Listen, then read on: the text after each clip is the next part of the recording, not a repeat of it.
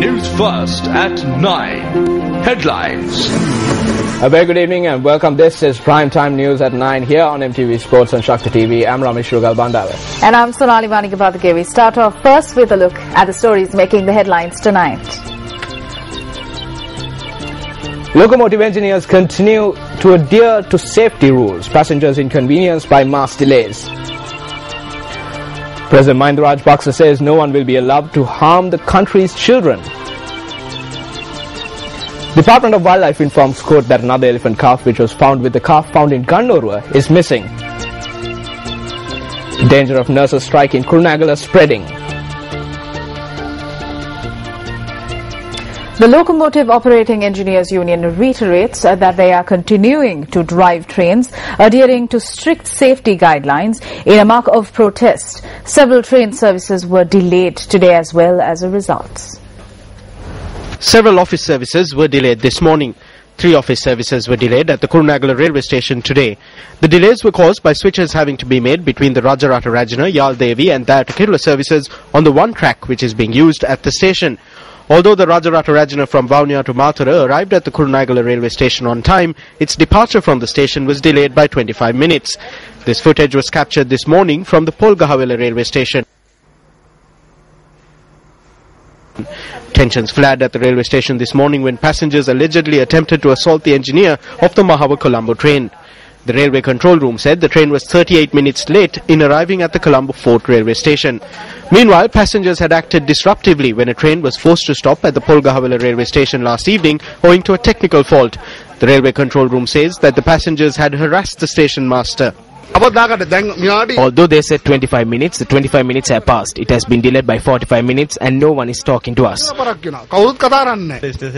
We are wasting several hours at the station. We are also working people. When we get off from the train, there are no buses and we are left to despair. This has been happening since last week following the train accident. The office services are late every day. We go to work every day. When we return, it is about 6 or 7 in the evening because of the delay. They were told to put a crossing here and after the approvals were obtained, it was cancelled.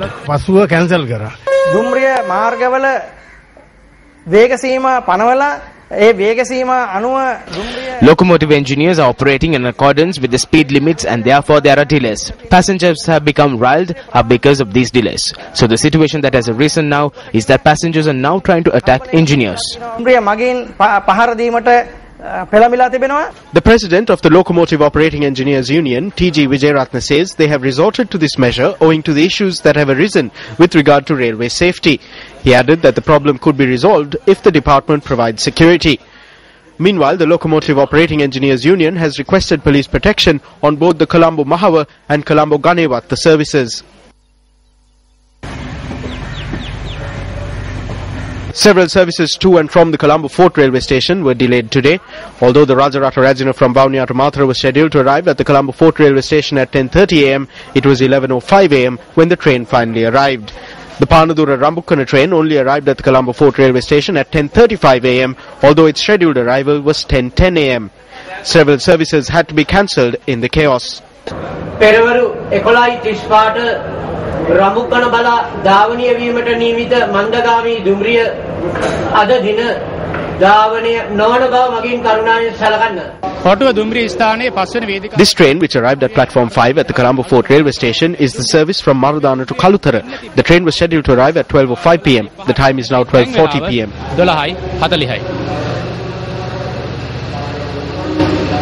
If there are problems with the administration, they must resolve it between themselves. I'm very disappointed with the railways department. They have absolutely no consideration for the passengers. The train eventually arrived at the Moratuwa railway station at 1:25 pm.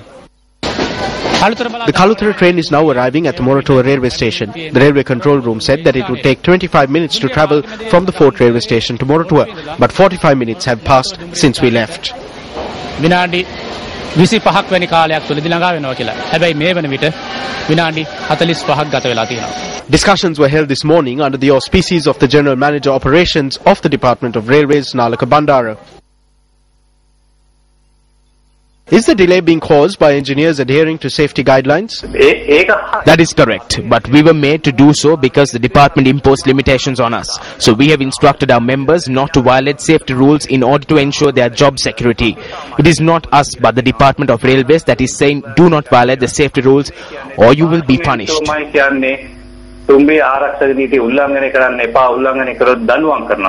You have been violating safety rules in operations thus far. In truth, yes. If the department says that we will be punished for violating the department's rules, how can we continue to operate unsafely? Will you now accept responsibility for the fact that recent accidents were caused because you were operating trains unsafely? I beg your pardon, but I cannot speak about that.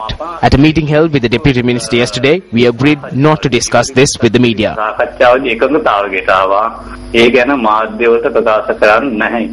If that is the case, who should talk about the safety of passengers? The department. You have no responsibility. When we follow safety rules, the passengers are safe. The trade union action commenced by nurses at the Kurunegala Teaching Hospital continued today as well. Efforts made by the Chief Minister of the Northwestern Province to provide a solution to the issue through discussions proved to be futile. The trade union action commenced by nurses at the Kurunegala Teaching Hospital continued for a 9th day today. Chief Minister Dayasiri Jayasekara, who arrived at the hospital, inspected activities taking place and also engaged in discussions with the nurses present to resolve the current impasse.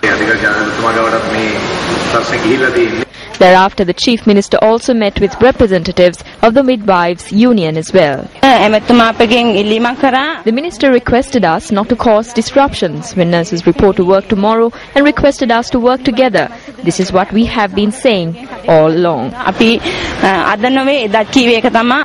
Dayasiri Jayasekara also discussed the issue with the director of the hospital as well as its doctors.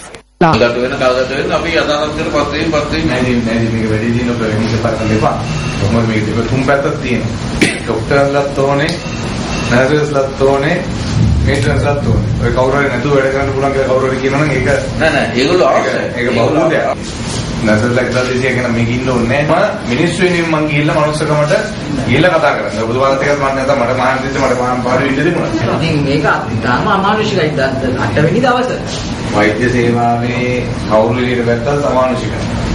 ડોක්ටර්ස් නතර වුණත් ඒත් තමයි.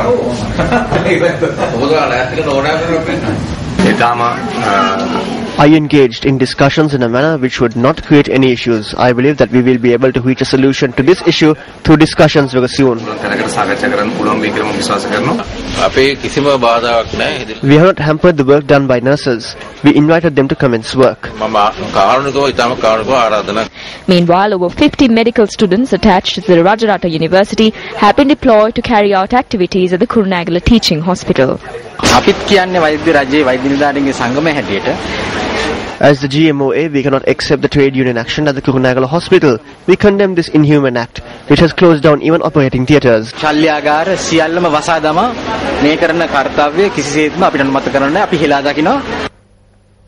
The elephant calf, which was detained by officials of the Gannuru Wildlife Department and its guardian, were produced before court today. Kandy Additional Magistrate Srinath Vijayasekara ordered that the guardian of the elephant calf be remanded until the 20th of this month.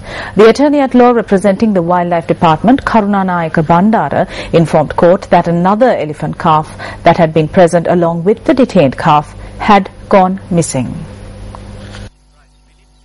The elephant calf was detained from a house in Gannuru by the officials of the Wildlife Authority yesterday following a dispute over legal documents claiming guardianship over the elephant. The raid was carried out by the Wildlife Authority following a tip-off received citing that the elephant calf is found inside the veterinarian faculty of the Peradeniya University. The Wildlife Authority officials state that there remains contradiction in the documents forwarded claiming ownership over the elephant calf.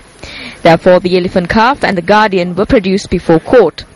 The court ordered that a report be produced citing the age of the elephant calf. The elephant calf was later taken to the National Elephant Detention Centre in Udawalawa. Meanwhile, Minister Vijit Wijayamuni yesterday visited the house in which the elephant was detained. If we receive a tip-off, we will definitely carry out a raid. The officials at the authority do face many difficulties. We have a group of talented officials. Do not rear elephants illegally. We will nab the perpetrators. The officials of the ministry, nor will I evade our responsibilities. President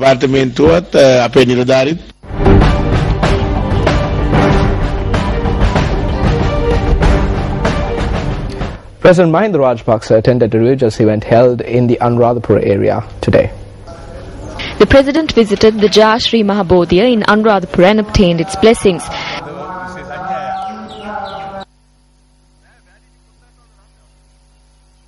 Subsequently, he visited the chief incumbent of the Atamasthane, Most Venerable Pallegama Srinivasa Thera. Marking the inauguration of a program to ordain novice monks, 75 children were ordained at the Ruan Valley Mahasaya. The President, who presented books and saffron robes to the novice monks, also conveyed his gratitude to the parents of the novice monks.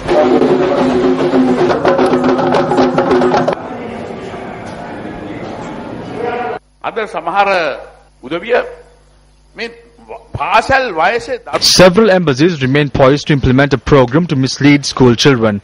It is my opinion that parents, teachers, principals and politicians should be aware of this situation. We shouldn't allow various forces funded by dollars or in other forms to harm our children.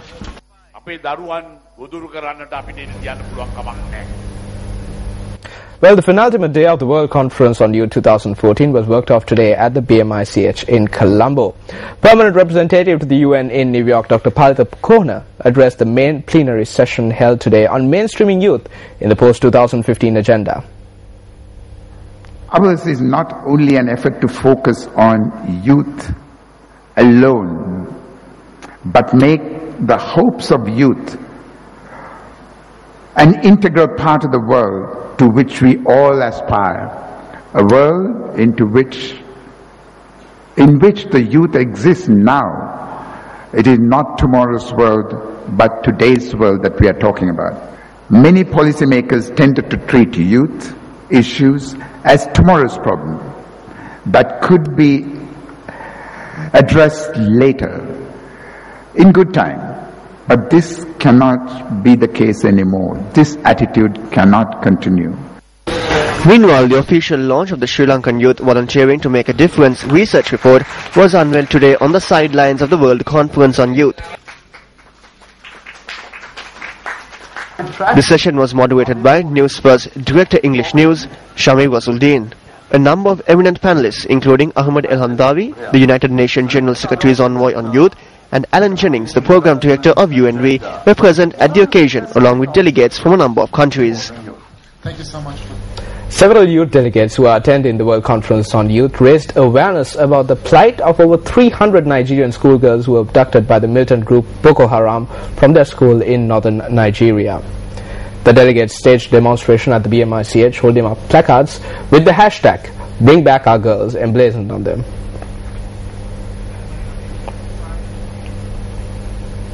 Can get up in the morning and feel safe. Speaking at one of the sessions held yesterday, UPFA parliamentarian Upeksha Swarnamali spoke on gender equality. Gender equality is, like I said, I paid all my attention only after my personal experience. And I have to say, I still hate to accept it, because I personally think it's the worst type of racism that exists. Racism against religion, caste, creed, or whatever. Everything else that existed is not as bad as racism against this gender. Because a person not being able to relate to a different caste or different religion that you're not born into can be understood, but a human not being able to understand another human is, I really don't understand. Why such a thing could happen. Today was the final day for sessions to take place right here at the BMICH, where the World Conference on Youth is taking place in Colombo. The day started off with the main plenary session chaired by Dr. Palitha Kohana, Sri Lanka's permanent representative to the UN in New York. Subsequently, many sideline events also took place, including an interactive session with the United Nations Secretary General's Envoy on Youth, Ahmed El-Handawi. Now the World Conference on Youth kicked off on the 6th of May and will conclude tomorrow.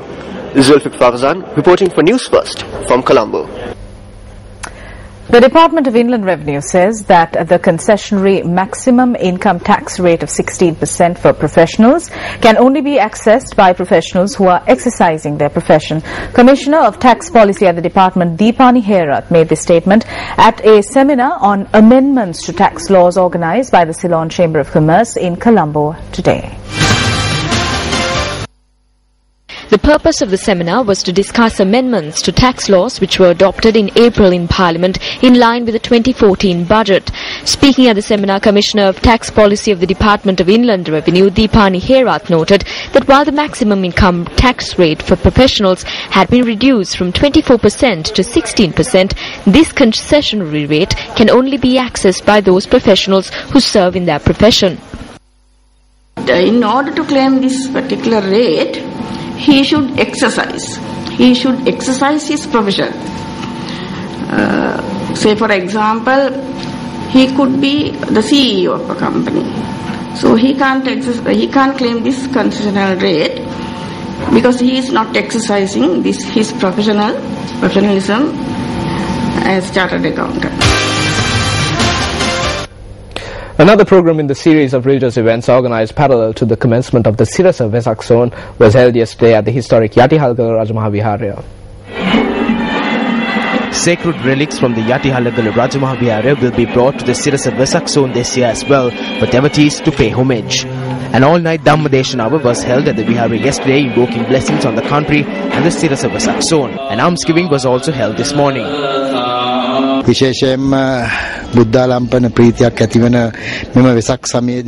are all truly happy about the undertaking that Sirasi is involved in to enable all Buddhist devotees from Kandy to Colombo to witness these relics.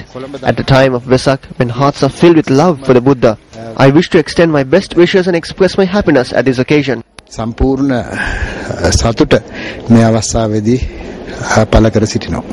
ඒ උතුම් වූ ධාතුන් වහන්සේලා කොළඹට වැඩම කරවන මහා පෙරහැරේදී we chanted Pirit over the strings for the hundreds of thousands of devotees who visit the Vesak zone and to line each side of the road as these sacred relics make their way to Colombo over the 3 days and obtain blessings.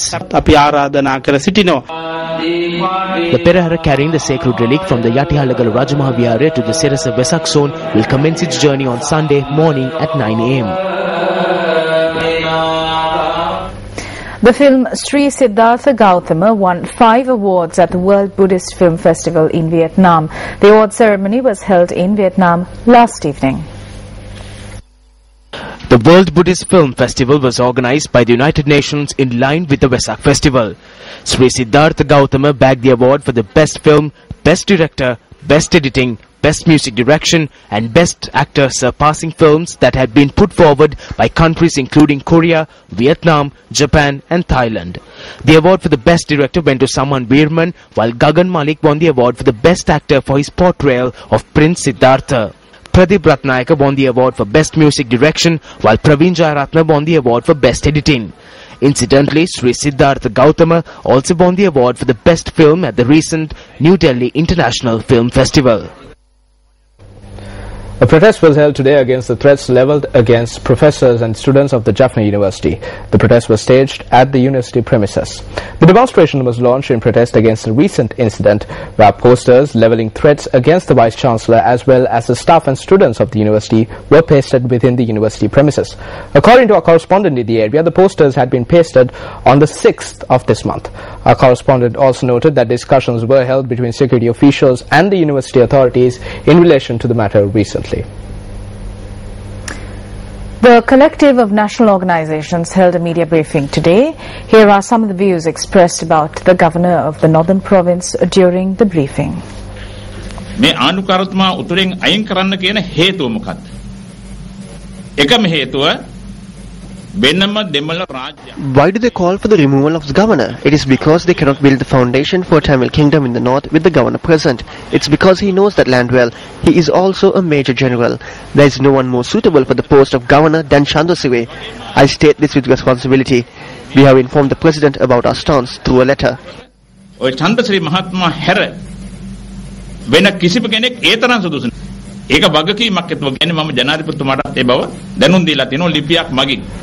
A demonstration was organized in the Oliville area in Ampara today. A protest was staged against the takeover of land belonging to the Oliville Mosque after Friday prayers. Now, the protesters said that the land was taken over after submitting forged documents. According to our reporter, an unidentified group attacked the group of protesters. A tense situation arose subsequently.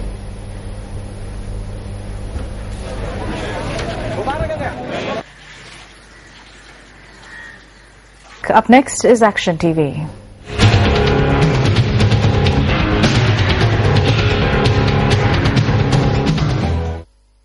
This group of people who are confined to their home remain in their abode because, as per medical recommendation, that they take rest and medication for the rest of their lives in order to prevent their illnesses from worsening. They have no other choice. The building that has become their shelter and the land that it is situated on belongs to the Ministry of Health. The building, which had been out of use come 1992, was entrusted to a woman residing adjacent to this land by the then Secretary to the Ministry of Health to provide shelter for resident patients at the National Mental Health Institute who had nowhere else to go after being discharged. While the woman in question immediately registered this building with the Department of Social Services upon commencing this service, till now there has been no aid forthcoming from the department.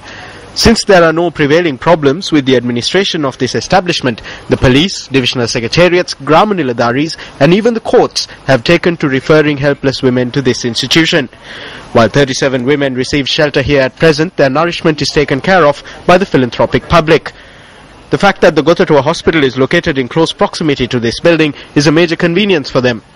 However, the fence which divides the two locations could lead to an accident that could prove to be a major challenge for the hospital as well. Following the construction of this fence in the recent past, the convenient and safe approaches to the hospital have been closed off.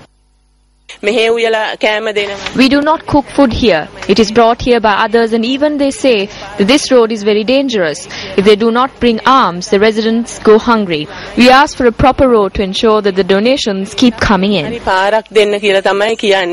Shouldn't steps be taken to address this issue on behalf of the helpless and the philanthropists who commit themselves to ensuring the well-being of the less fortunate? Minister of Social Services, this is over to you.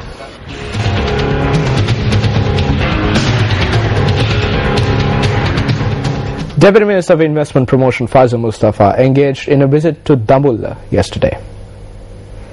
The Deputy Minister engaged in discussions on the current situation of the mosque located in close proximity to the Dambulla Kandalama junction with its chief Muslim clergy and other heads of its donor committee. In a press release issued by the Office of the Deputy Minister of Investment Promotion, it was cited that the discussions focused on the safety of the mosque.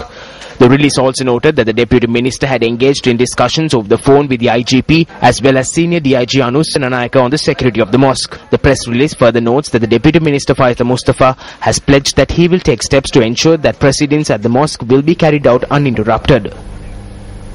UNP Western Provincial Councillor S.M. Marika noted that developing a country means developing both social and humanitarian aspects of society. He expressed this view yesterday when he met with residents of Central Colombo. Provincial Councillor S.M. Marikar, who interacted with the public in the area, also paid special attention to the problems that they encounter. The government only provides water for these people for 5 hours out of the 24 hours in the day. They have to fulfill all their water needs such as water for cooking, bathing and drinking within these 5 hours. Development also means social and humanitarian development of societies. The provincial councils do not even turn their attention to these issues. We hope to take all these issues before the Public Petitions Committee and resolve the issues faced by these people. We will dedicate ourselves to create a better life for the people of Central Colombo. With the final phase of India's mammoth general election only a few days away, and with the most of the country's 815 million people having already gone to the polls, political parties and candidates have intensified their campaigns, and it appears that, like the Gandhi seat of Amethi in the 8th phase, Varanasi is where the battle will be fought in the 9th phase. Parties and candidates have scheduled major rallies and road shows in the holy city and have begun taking pot shots at each other.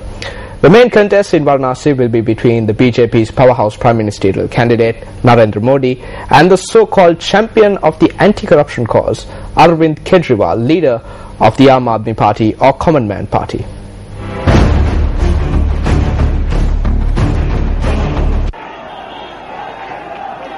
Thousands of supporters wearing saffron boat-shaped caps, waving flags, throng roads of northern Varanasi town where India's main opposition prime ministerial candidate Narendra Modi motorcade slowly inched its way to the party office in a high-voltage drama after the election commission barred him from holding rallies in the city. In a thundering response to Modi's arrival, Varanasi, which goes to polls on Monday, saw thousands and thousands of supporters beating the scorching midday sun and intense heat to wait enthusiastically for the Hindu nationalist leader. Early in the day, Modi sharpened his attack on the Election Commission of India, accusing it of discrimination in barring him from holding rallies to back his candidacy in the holy city of Varanasi.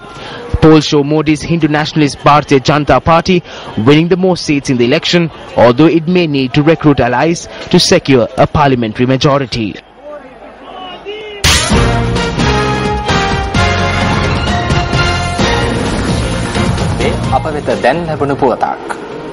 උතුරු පළාත් ප්‍රධාන අමාත්‍ය සී.වී. විග්නේශ්වරන් මහතා සහ ඉන්දියාවේ නියෝජිතින් පිරිසක් අතර අද පස්වරුවේ යාපනයේ පැවති හමුවක් ආවරණය කිරීමට ගිය මාධ්‍යවේදීන්ට බාධා එල්ල වුණා. අප දැන් යමු එහි දර්ශන වෙත. මෙම සිද්ධිය සම්බන්ධයෙන් කළ විමසීමකදී යාපනයේ පොලිසිය පැවසුවේ මාධ්‍යවේදීන් 8 දෙනෙකු මෙම සිදුවීම සම්බන්ධයෙන් පැමිණිල්ලක්ද කර ඇති බවයි.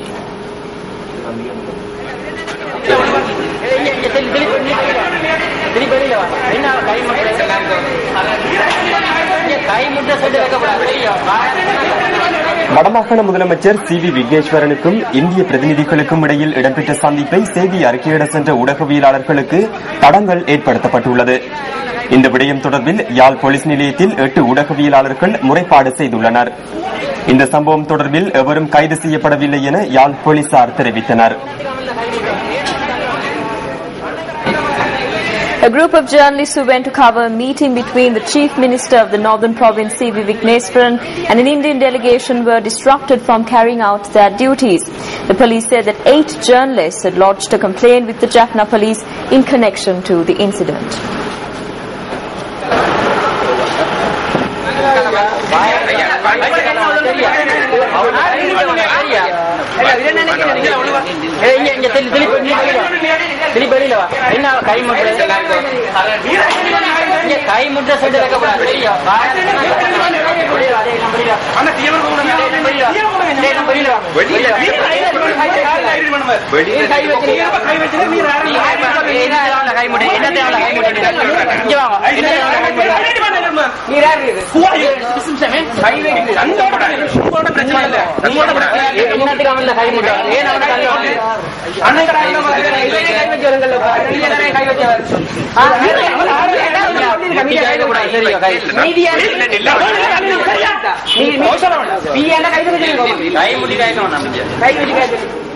උතුරු පළාත් ප්‍රධාන අමාත්‍ය සී.වී. විග්නේශ්වරන් මහතා සහ ඉන්දියාවේ නියෝජිතින් පිරිසක් අතර අද පස්වරුවේ යාපනයේ පැවති හමුවක් ආවරණය කිරීමට ගිය මාධ්‍යවේදීන්ට බාධා එල්ලවීමේ එම අදාළ දර්ශනයි ඔබ වෙත අප එලෙස ගෙනාවේ.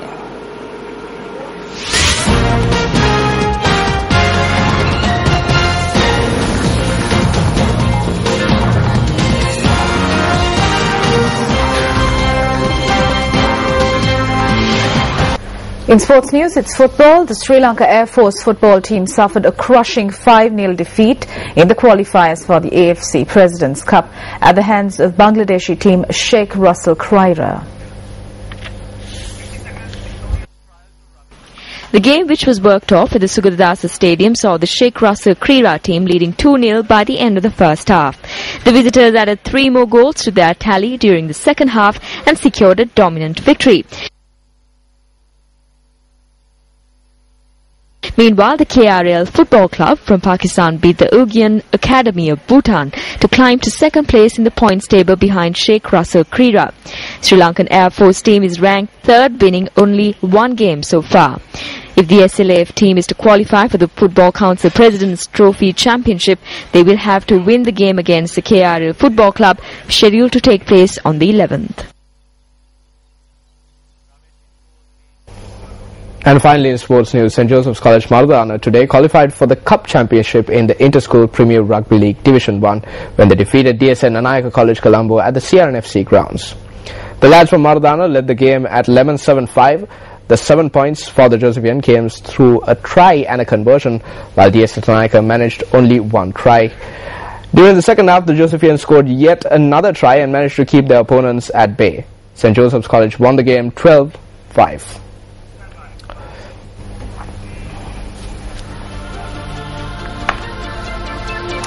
Well, looks like that's a wrap from all of us here at News First. I'm Sonali Vanigabadage. And I'm Ramesh Rugal Bandara. Good night.